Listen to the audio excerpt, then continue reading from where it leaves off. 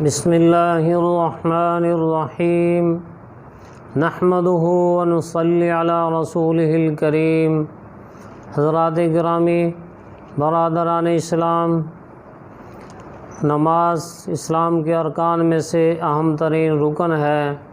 نماز ہم پڑھتے ہیں تو بعض دفعہ آدمی کسی جگہ بھول جاتا ہے، سجدہ سہو لازم ہو جاتا ہے، تو اللہ تبارک و تعالیٰ نے آسانی رکھی ہے کہ بعض غلطیاں ایسی ہیں کہ سہواً اگر وہ غلطی ہو جائے تو آدمی آخر میں سجدہ سہو کر لے تو نماز درست ہو جاتی ہے، دوبارہ ابتدا سے پڑھنے کی ضرورت نہیں ہوتی۔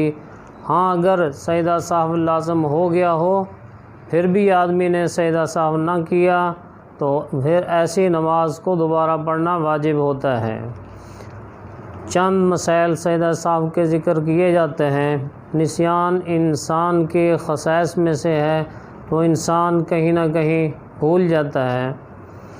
بعض دفعہ آدمی پہلی رکعت میں یعنی 2 سجدوں کے بعد کھڑا ہونا ہوتا ہے، اسی طرح تیسری رکعت میں 2 سجدوں کے بعد کھڑا ہونا ہوتا ہے، تو آدمی بھول کر بیٹھ جاتا ہے۔ تو کتنی مقدار بیٹھنے سے سجدہ سہو لازم ہوتا ہے؟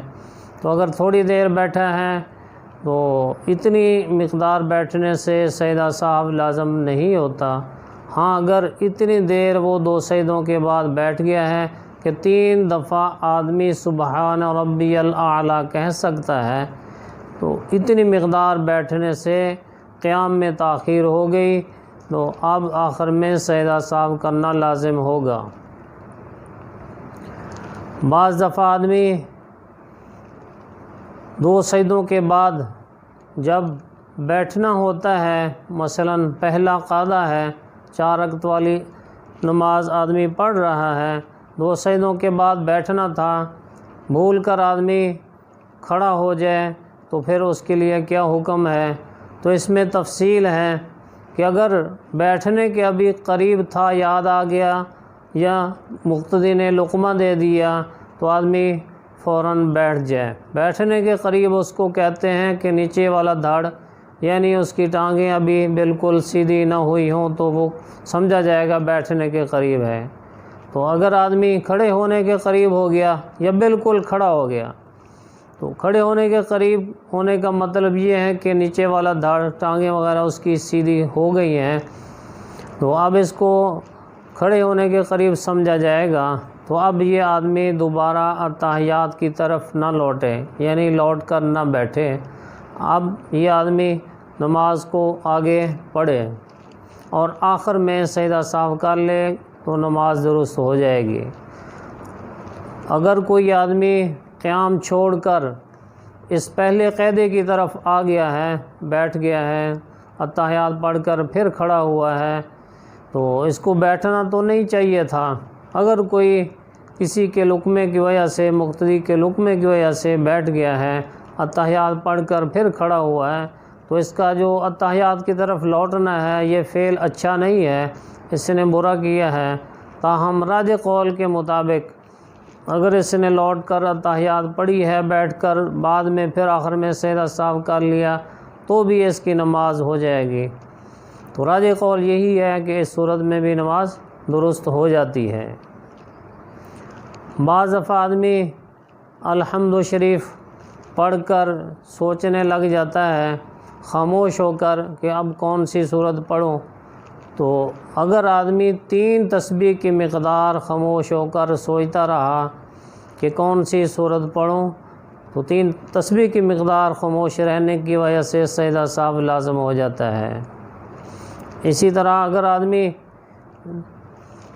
سجدوں کے بعد سیدھا کھڑا ہوا ہے، اب الحمد شریف شروع کرنے سے پہلے سوچنے لگ گیا ہے، تو 3 تسبیح کی مقدار خاموش سوچتا رہا تو بھی سجدہ سہو لازم ہو جاتا ہے۔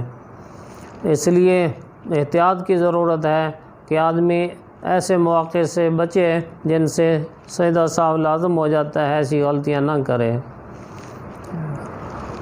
اور اگر کوئی آدمی سری نماز پڑھ رہا ہے، یعنی جن میں قرات آہستہ کی جاتی ہے، اس کو سری نماز کہتے ہیں، اور وہ نمازیں جن میں قرات بلند آواز سے کی جاتی ہے، امام بلند آواز سے قرات کرتا ہے، اس کو جہری نمازیں کہتے ہیں۔ تو امام اگر ظہر کی نماز میں بلند آواز سے قرات شروع کر دے یا عصر کی نماز میں بلند آواز سے قرات شروع کر دے تو کتنی قرات بلند آواز سے کرے گا تو سجدہ سہو لازم ہو جائے گا۔ تو الحمد شریف کی اگر اتنی مقدار وہ بلند آواز سے پڑھ گیا ہے کہ چھوٹی 3 آیت کی مقدار بن جاتی ہیں تو سجدہ سہو لازم ہو جائے گا۔ بعض حضرات نے لکھا ہے کہ الحمدللہ رب العالمین الرحمن کی نون سے آگے پڑھ گیا تو سجدہ سہو لازم ہو جائے گا، اور اگر اس سے کم پڑھا ہے پھر سجدہ سہو لازم نہیں ہوگا۔ اسی طرح جہری نمازوں میں مغرب ہے، عشاء ہے، فجر کی نماز ہے، امام نے بھول کر آہستہ قرات کی ہے تو جتنی مقدار جہرن پڑھنے سے سجدہ سہو لازم ہوا تھا سری نماز میں، اب اتنی ہی مقدار جہری نماز میں اگر یہ سرن پڑھ گیا ہے تو اس صورت میں سجدہ سہو لازم ہو جائے گا۔ آخر میں سجدہ سہو کرنے سے نماز درست ہو جائے گی۔